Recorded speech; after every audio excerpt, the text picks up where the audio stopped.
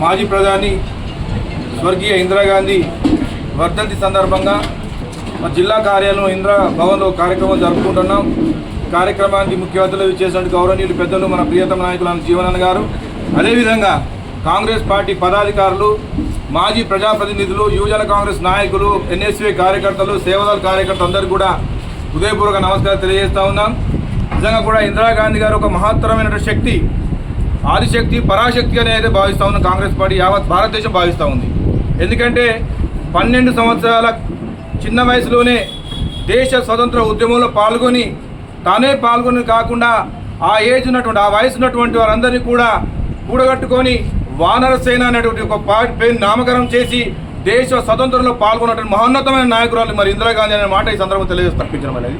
ఇందిరా అంటేనే India, India అంటేనే ఇందిరా, ఆ స్థాయిలో తీసుకొచ్చిన ఇందిరాగాంధీ 1977లో బ్యాంకులను జాతీయకరణ చేసి సామాన్య మానవ కూడా జాతీయ బ్యాంకులో అవకాశం కల్పించిన పెద్ద గొప్ప వ్యక్తి. ఎట్లయితే రాజశేఖర రెడ్డి గారు గ్రామీణ ఆరోగ్యశ్రీ అని తీసుకొచ్చి గ్రామీణ ప్రాంత వాళ్ళకు కూడా కార్పొరేట్ హాస్పిటల్లో విద్య ఏదో ఉచిత చికిత్స చేయించారో, అలాగే బ్యాంకుల జాతీయకరణతోటే ఈరోజు మనమందరం జాతీయ బ్యాంకుల్లో ఖాతాలు ఓపెన్ చేసుకోవడం కానీ లోన్ తీసుకోవడం జరుగుతుంది. కార్యక్రమం మన జిల్లా కాంగ్రెస్ పార్టీ కార్యాలయం జరుపుకుంటున్నాను. మన కాంగ్రెస్ కార్యకర్తలకు అలాగే నాయకులకు అందరికీ పేరు పేరున కృతజ్ఞతలు. వాస్తవంగా పట్టణాల గురించి మాకు ఎక్కువ తెలియదు కానీ పల్లె ప్రాంతంలో మాత్రం ఇందిరాగాంధీని ఒక తల్లి లెక్క భావిస్తారు. ఎందుకంటే ఇవాళ ఇందిరాగాంధీ ఉన్నది కాబట్టి ప్రతి రైతు కళ్ళల్లో ఆనందం ఉంది. ప్రధాని గౌరవనీయులు ఇందిరాగాంధీ గారి వర్ధంతి ఈరోజు ఇందిరాభవన్ గౌరవ పెద్దలు జీవనన్న గారి ఆధ్వర్యంలో జరుపుకోవడం జరుగుతుంది. అదే ఈరోజు యువతకు ఇందిరాగాంధీ గారి గొప్పతనం ఏమనేది చాలా తెలియాల్సి ఉంది. అయితే ఈరోజు ఈ సాంకేతిక పరిజ్ఞానానికి మొట్టమొదటిగా ఇందిరాగాంధీ గారి ఆధ్వర్యంలోనే మరి అంతరిక్షంలో ఉపగ్రహాన్ని ప్రవేశపెట్టి, రాకేష్ శర్మ గారి ఆధ్వర్యంలో ఉపగ్రహాన్ని ప్రవేశపెట్టి ఈరోజు ఇంత టెక్నాలజీకి దఫాలుగా ఈరోజు ఇంతవరకు ఈ భారతదేశాన్ని తీసుకురావడం జరిగింది. అదేవిధంగా గరీబీ హఠావో నినాదంతో, హరిత విప్లవంతో, రాజభరణాల రద్దుతో ఈ దేశాలలో ఉన్న ప్రతి ఒక్కరికి అన్ని హక్కులు పొందే విధంగా వారు చేయడం జరిగింది.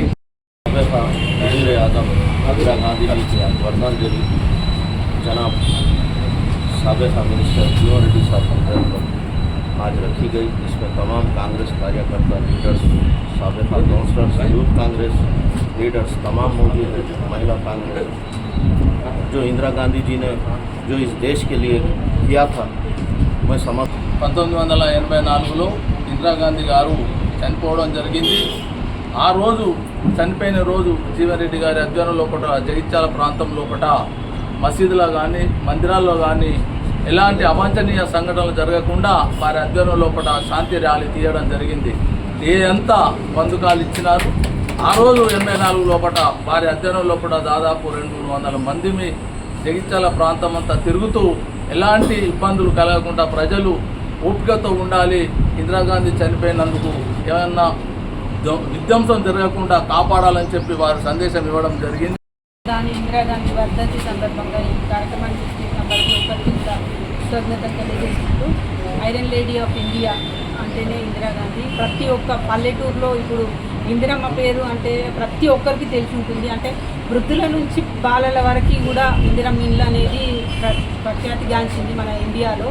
అలాంటి ప్రఖ్యాతిగాంచడానికి కారణము అట్టడుగు వర్గాల వారికి కూడా కూడు గుడ్డ నీడ ఉండాలి అనే ఉద్దేశంతో ప్రతి ఒక్క హరిత విప్లవంతో ఆహారం అందరికీ అందాలనేది, అదేవిధంగా ఇందిరమ్మ ఇల్లు అనేది పెట్టడం జరిగింది. అదేవిధంగా ఆమెకి మన కాంగ్రెస్ పార్టీ అంటేనే ప్రాణ త్యాగాల పార్టీ. ఎందుకంటే ఇందిరాగాంధీ గారికి ఉగ్రవాదుల దాడిలో ప్రాణానికి ముప్పు ఉందని చాలామంది చెప్పడం జరిగింది. అయినా కానీ వినకుండా దేశం ముఖ్యము, మన ప్రజలు ముఖ్యం అనే ఉద్దేశంతో ఉగ్రవాదులను మట్టు పట్టించి ఆమె ప్రాణానికి ముప్పు తెచ్చుకొని ఆమె ప్రాణాలే దేశం కొరకు త్యాగం చేసిన ఘనత ఇందిరాగాంధీ గారిది, రాజీవ్ గాంధీ గారిది. అలాంటి పార్టీలో ఉన్నందుకు మనందరూ గర్వపడాలి. ఎందుకో కొంతమంది ఇప్పుడున్న వాళ్ళందరూ కూడా ప్రాణం అనేసరికి ప్రాణానికి త్యాగం చేసేవారు ఎవరూ లేరు.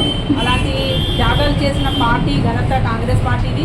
ఇందిరాగాంధీ గారు ఎన్నో త్యాగాలు చేయడమే కాదు, అట్టడుగు వర్గాల వారికి కూడా ఎన్నో ఉపయోగకరమైన సంక్షేమ పథకాలను తీసుకొచ్చి ప్రతి ఒక్కరిని కూడా ఉన్నత విద్య ఉండే విధంగా చూడడం జరిగింది.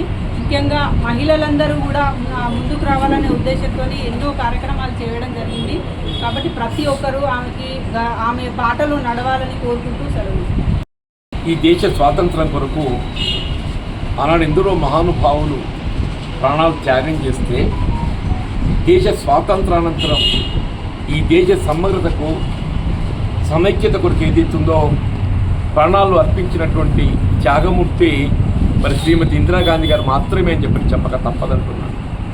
ఇప్పుడు దేశ సమగ్రత ఐక్యత కాపాడటంలో భాగంగా ఆనాడు స్వర్ణ దేవాలయంపై ఏదైతుందో ఖలిస్తాన్ ఉగ్రవాదులను నిలువును చేయడానికి మరి మిలిటరీ యాక్షన్ చర్యలు చేపట్టడం ఆ నిర్ణయంతో ఏదైతుందో ఏనాడైనా తన ప్రాణాన్ని ముప్పు వాటిల్లుతుందని చెప్పని ఊహించి కూడా ఆమె తన ప్రాణానికంటే మరి దేశ సమగ్రత గొప్పది అనేక భావనతో ఏదైతున్నదో మరి నాడు ఖలిస్తాన్ ఉగ్రవాదులను నిలువురిపై చేయడంతో మరి ఈ దేశ సమైక్యత సమగ్రత నిలబడదని చెప్పక తప్పదని చెప్పంటున్నాను. ఇవాళ భారతదేశం ఏదైతుందో ప్రపంచ దేశాల్లోకెల్లా ఒక గుర్తింపు చెందినటువంటి ఒక గొప్ప దేశంగా పరిణమిస్తుందని చెప్పంటే అది ఇందిరాగాంధీ గారి యొక్క పాలన, వారి యొక్క నిర్ణయాలని చెప్పక తప్పదంటున్నాను. మరి దేశ స్వాతంత్ర సందర్భంగా మరి ఆనాడు ఆంగ్లేయులు ఏదైతుందో ఒక విధమైనటువంటి ఒక చీలిక అంటే ఇటు మన భారతదేశానికి స్వతంత్రం ప్రకటించడంతో పాటుగా పాకిస్తాన్ మనకి ఎప్పటికీ పక్కలో బల్లె ఉండే విధంగా మరి ఆ పాకిస్తాన్ కూడా ఏర్పాటు చేయడం జరిగింది. కానీ పాకిస్తాన్తో ఏదైతుందో మన భారతదేశానికి ఎప్పుడు ఏ విధమైనటువంటి ఒక ముప్పు వాటిల్లకుండా ఏదైతుందో ఆనాడు మరి పాకిస్తాన్పై యుద్ధం ప్రకటించి ఇలా పాకిస్తాన్ రెండు ముక్కలుగా అంటే వాస్తవం చెప్పాలంటే అది ఒక యుద్ధ నీతి అని చెప్పంటున్నా, రాజ్యాంగ నీతి, విదేశాంగ నీతి అని చెప్పంటున్నాను. ఇలా మనకేదైతుందో ఈనాడైనా మన పొరుగు దేశం, మన దాయాది దేశంతో మనం ముప్పు వాటిల్లకూడదు అనే ఒక భావనతో మరి పాకిస్తాన్ రెండు ముక్కలుగా చీల్చడంతో ఒకవైపు బంగ్లాదేశ్ ఏర్పడటం, ఈనాటి వాళ్ళు ఏదైతే ఐక్యంగా ఉండలేకపోతుందని చెప్పి అంటున్నాం. ఇలా భారతదేశం ఇంత అంటే సుభిక్షంగా ఉంటుంది, పొరుగు దేశాలతో ఏ విధమైనటువంటి ఒక అభద్రత లేకుండా కొనసాగుతుందని చెప్పంటే అది ఇందిరాగాంధీ గారి యొక్క నిర్ణయం అని చెప్పక తప్పదని చెప్పంటే మరి దేశంలో ఏదైతున్నదో కుల మతాలకు అతీతంగా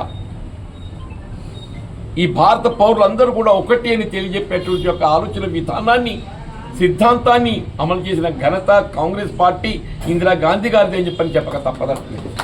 అది ఏదైతుందో మన దేశంలో ఒకప్పుడు ఏదైతే కేవలం పెట్టుబడిదారులకు మాత్రమే అండగా నిలిచేటువంటి బ్యాంకులను జాతీయకరణ చేసి పేదవాడు ముంగిట్లోకి ఏదైతే తీసుకురావటమో మరి ఇందిరాగాంధీ గారి యొక్క ఆలోచన చెప్పండి.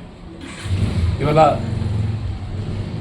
స్వర్ణభరణాల రద్దే కానివ్వండి, భూస్వామ్య చట్టం అమలే కానివ్వండి, వీళ్ళ పేదవాడికి ఏదైతుందో పట్టెడన్నం పెట్టే విధంగా వీళ్ళ యాజమాన్య హక్కులు భూమిపై దున్నేవాడిదే భూమి అని చెప్పి అంటున్నారు. దున్నేవాడిదే భూమి, ఎవరు సాగు చేస్తే వాడికి యాజమాన్య హక్కులు కల్పింపచేయబడాలి. వీళ్ళ గ్రామాలలో ఉండే ఒక ప్రభుత్వ భూములు ఏవే కానీ అవి గ్రామంలో ఉండే నిరుపేద వర్గాలు, ప్రధానంగా దళితులు, బలహీన వర్గాలకు దక్కాలని చెప్పే ఒక భావనతో యాజమాన్య హక్కులు కల్పించి వీళ్ళ ప్రతి పేదవాడిని ఏదైతుందో వీళ్ళ భూమిపై హక్కు పొందే విధంగా చర్యలు తీసుకుంది వీళ్ళ ఇందిరాగాంధీ గారు అని చెప్పక తప్పదండి. మనం ఏ గ్రామం సందర్శించినా కానీ ప్రతి గ్రామం లోపల ఇందిరమ్మ గృహ నిర్మాణ సముదాయం లేని గ్రామం లేదు అని చెప్పంటే అతిశయోక్తి కాదని చెప్పంటారు.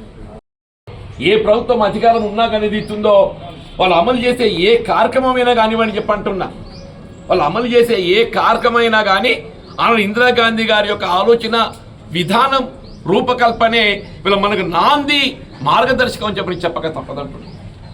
అటువంటి మహనీయురాలు ఏదైతుందో వీళ్ళ మన కళ్ళ ముందు లేకపోవచ్చు, భౌతికంగా మన ఎందుకు లేదు, కానీ ఆలోచన విధానం ఆశయాలు ఏదైతుందో ఇలా కాంగ్రెస్ పార్టీకి మన భారత జాతికి ఏదైతుందో మార్గదర్శకం అని చెప్పక తప్పదు. నాకు ప్రత్యేకించి ఏదైతుందో మన ప్రజా జీవితంలో ఇలా కాంగ్రెస్ ఆనాడు ఇందిరాగాంధీ గారి యొక్క త్యాగ నిరతిని ఇవాళ ఏదైతుందో మరి చూసి నిజంగా ప్రజా జీవితంలో ఇటువంటి యొక్క త్యాగమూర్తులు కూడా ఉంటారా? మరి మనం ఎవరేమో కానీ చెప్పిన ప్రజా జీవితము ఇతరులకు సందేశాలు ఇవ్వడానికి ఉపయోగపడుతుంది తప్ప మన ఇతరులకు ఇచ్చే సందేశాలు మనం ఆచరించడానికి అనే భావన నాయకులు కలిగి ఉండటం లేదు. ప్రజా జీవితంలో నాయకులు ఎవరు ఏది మాట్లాడినా కానీ అది ఇతరులకు ఉద్బోధన చేయడానికి కొరకు మాత్రమే ఏదైతుంది ఆ సందేశం తప్ప వాళ్ళ అమలు మాత్రం అని చెప్పిన భావన మరి సమాజంలో రాజకీయ చరిత్రలో జీవితాలు కనబడటం ఏ రాజకీయ పార్టీ అండి. కానీ ఇందిరాగాంధీ గారు ఆ విధంగా కాదు, తాను ఇతరులకు సందేశం ఇవ్వడం కాదు, తను ఆదర్శంగా నిలిచే విధంగా తన ప్రాణాలు త్యాగం చేసి ఈ దేశ సమైక్యత నిలబెట్టింది. అదేవిధంగా శాంతి దూత రాజీవ్ గాంధీ గారు కూడా చెప్పంటాను నేను, ఆ తల్లి బాటలో నడిచిన తనయుడిగా చెప్పంటాను నేను. వీళ్ళ ప్రపంచం ఒక శాంతి బాటలో నడిపింపజేయాలనే ఒక భావనతోని వీళ్ళ ఖలిస్తాన్ ఉగ్రవాదులను నిర్వహింపజేసి ఈ దేశ సమగ్రత కాపాడటానికి ఏ విధంగా ఇందిరమ్మ తల్లి పాటుపడ్డదో శ్రీలంక ఉగ్రవాదాన్ని కూడా నిర్వహింపజేసే విధంగా ఒక శాంతి ప్రక్రియలో భాగంగా మరి రాజీవ్ గాంధీ గారు కూడా ప్రాణాలు జరిగింది.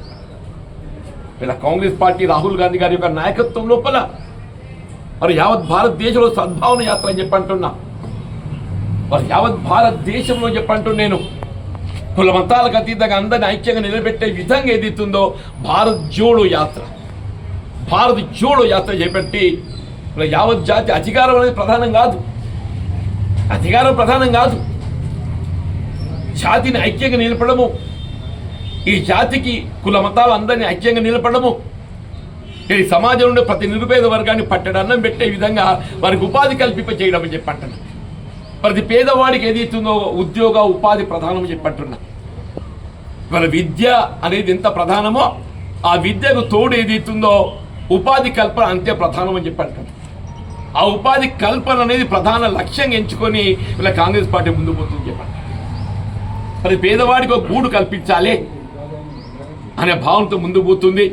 మరి ఇందిరాగాంధీ గారి ఆశయాలకు అనుగుణంగా వాళ్ళ కాంగ్రెస్ పార్టీ అందరం కూడా మనకు కాంగ్రెస్ పార్టీతో అనుబంధం నాకు 4 దశాబ్దాలని చెప్పండి.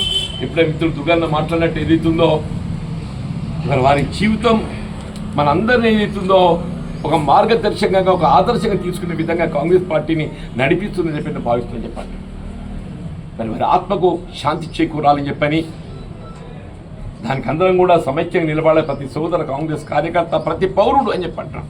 ప్రతి భారత పౌరుడు రాజకీయంగా ఏదైతే మనతో విభేదించవచ్చు, కానీ దేశం సమగ్రతకు త్యాగం చేసిన ఆ ఇందిరాగాంధీ యొక్క త్యాగాన్ని మాత్రం ఎవరు కూడా మరి దాన్ని మరవలేరని చెప్పడం. అన్నాడు మహాత్మా గాంధీ గారు ఏదైతుందో మరి దేశ స్వాతంత్రం కొరకు ఏదైతుందో అహింసా సిద్ధాంతంతో దేశాన్ని స్వాతంత్రం సిద్ధింపజేసిండు కాబట్టి వారు మహాత్ముడు అయిందని చెప్పండి. అటువంటి ఒక మహాత్ముని అడుగు చాడోళ్ళు ఏదైతుందో అన్న ఆయన అహింసా సిద్ధాంతంతో ఈ భారతదేశానికి మరి స్వాతంత్రం సిద్ధింపజేసింది.